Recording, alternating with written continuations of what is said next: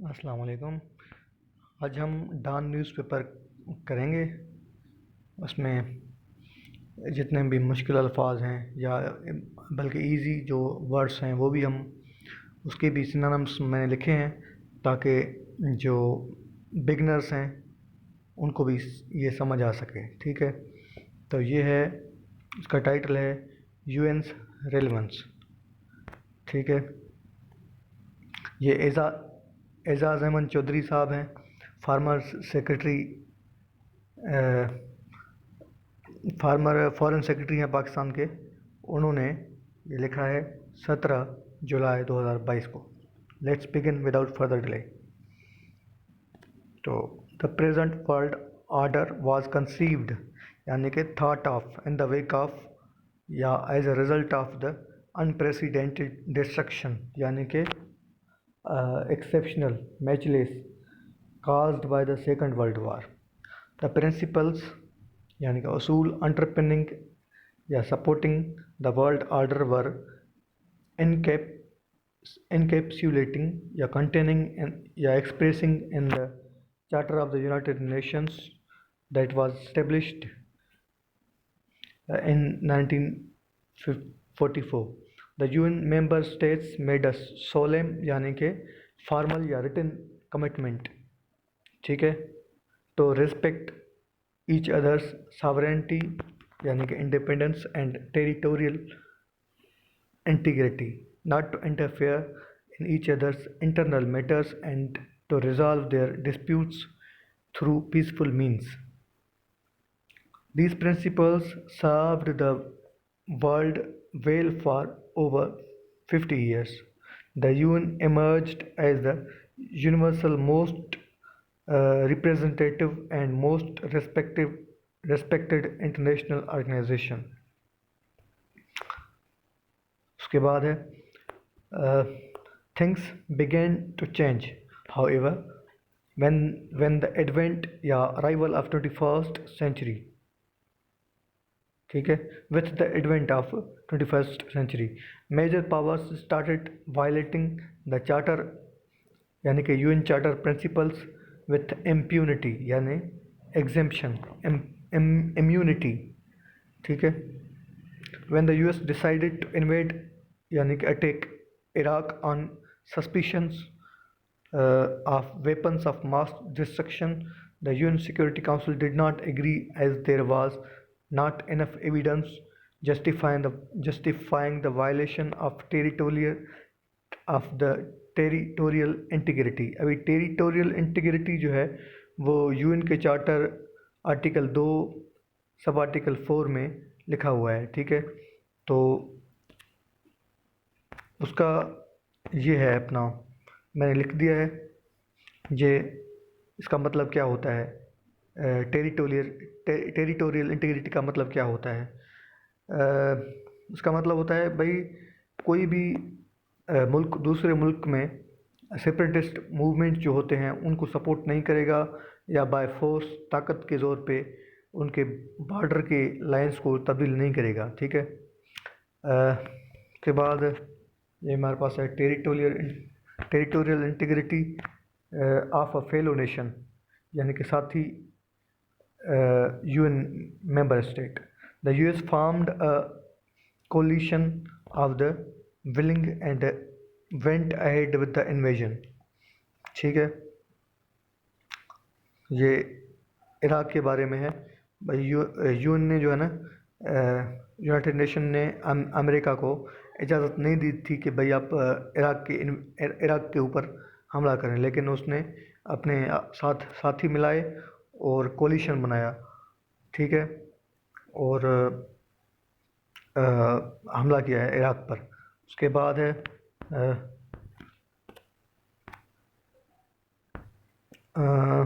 कहाँ पहुँचे,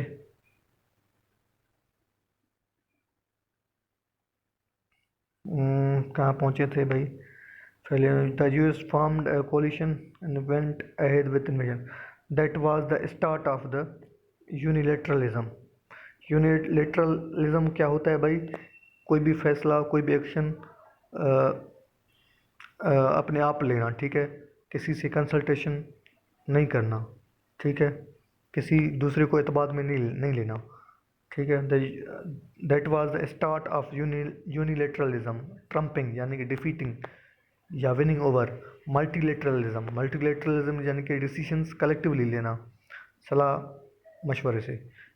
ever since there have been numerous, ठीक है, या न्यूमरस, न्यूमरस मतलब many instances, examples of major powers opting choosing for unilateral approaches to secure their perceived या supposed national interests, ठीक है। उसके बाद है with unilateralism on the ascendant या rise and multilateralism on the retreat या withdraw या move back, is the UN becoming redundant या unnecessary।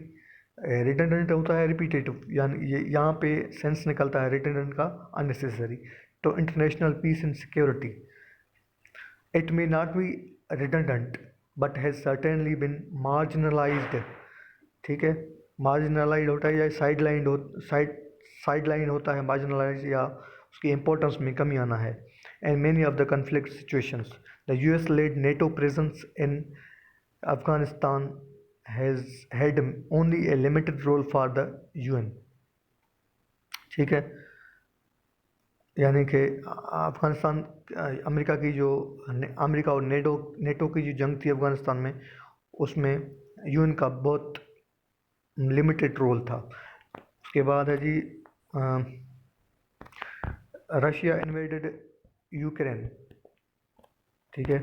को मैं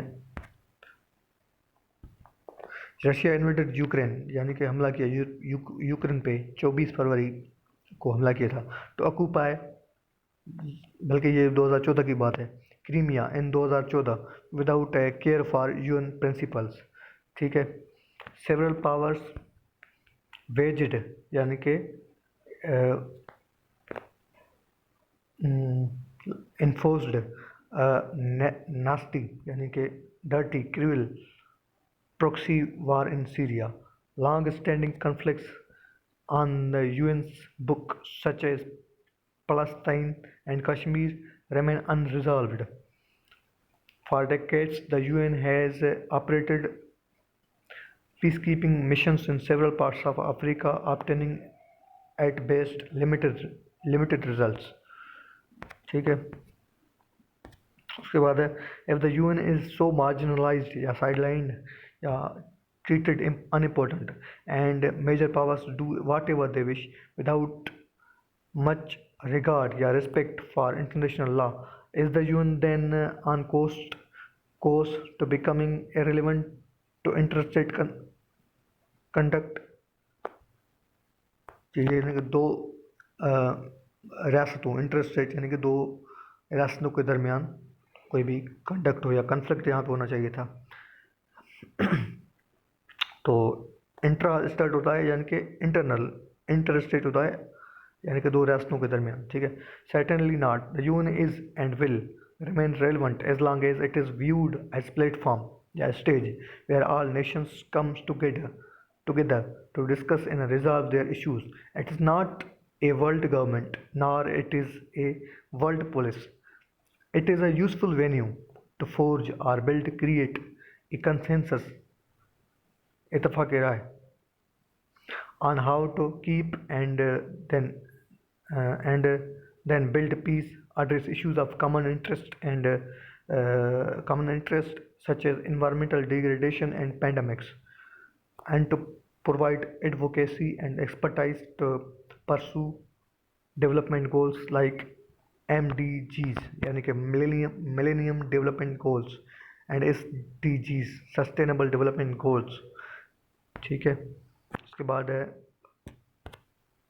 आपका major global powers have opted for unilateral actions, ठीक है।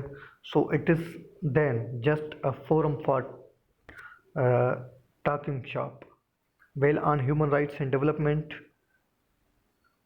issues, the UN has much to show, like putting together a global socio-economic normative या normalizing framework या structure, ठीक है। कह रहा है कि भाई जो socio economic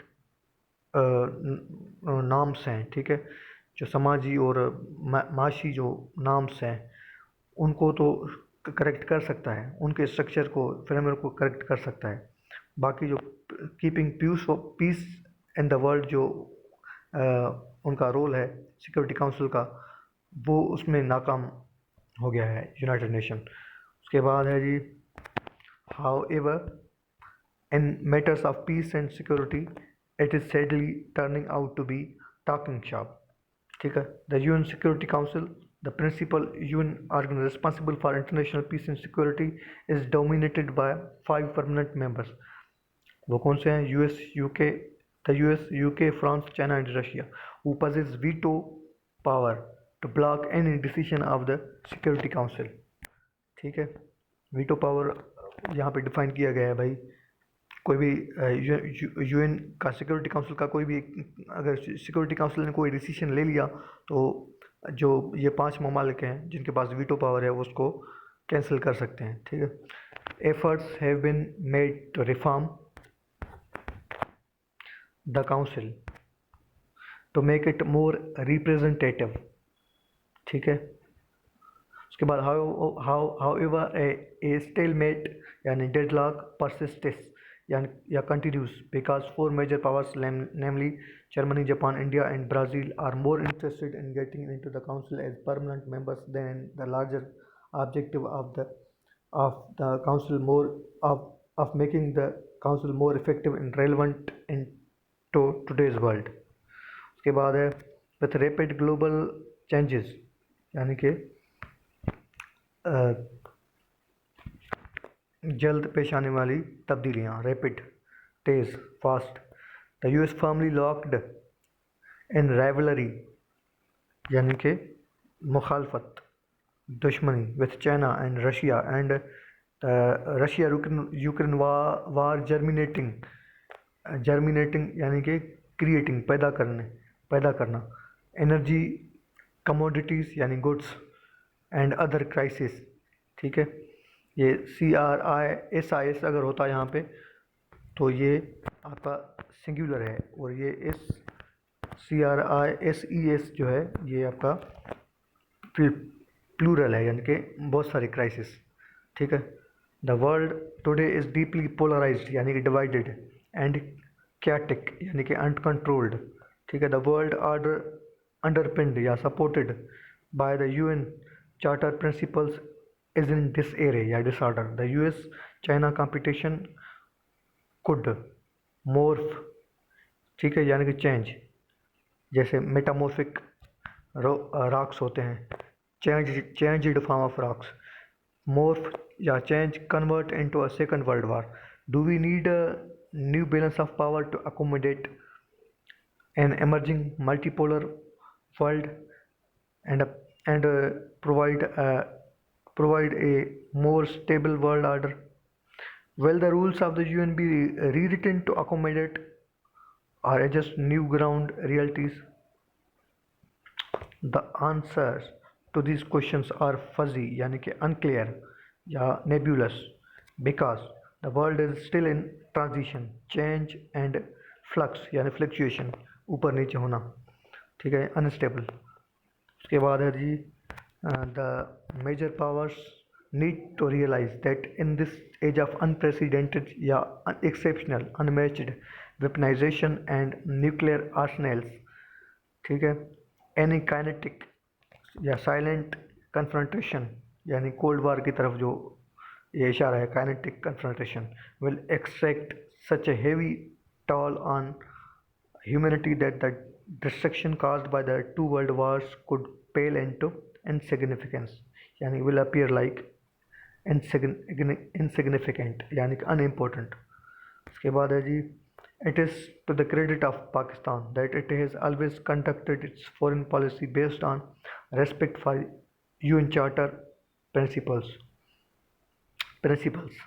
Pakistan has neither interfered nor aggressed against any state. A few like-minded यानी कि एक जैसी सोच रखने वाले nations like Pakistan which bear faith in UN Charter, ठीक है, जो UN चार्टर पे यकीन रखता है, should work together to protect the world from deadly future future that it could face if major power rivalry, यानी कि आपको बता दिया मैंने कि जो मुखालफत है, जो कंपटीशन है, गोज़ अनचेक्ड या अनरिस्ट्रिक्टेड।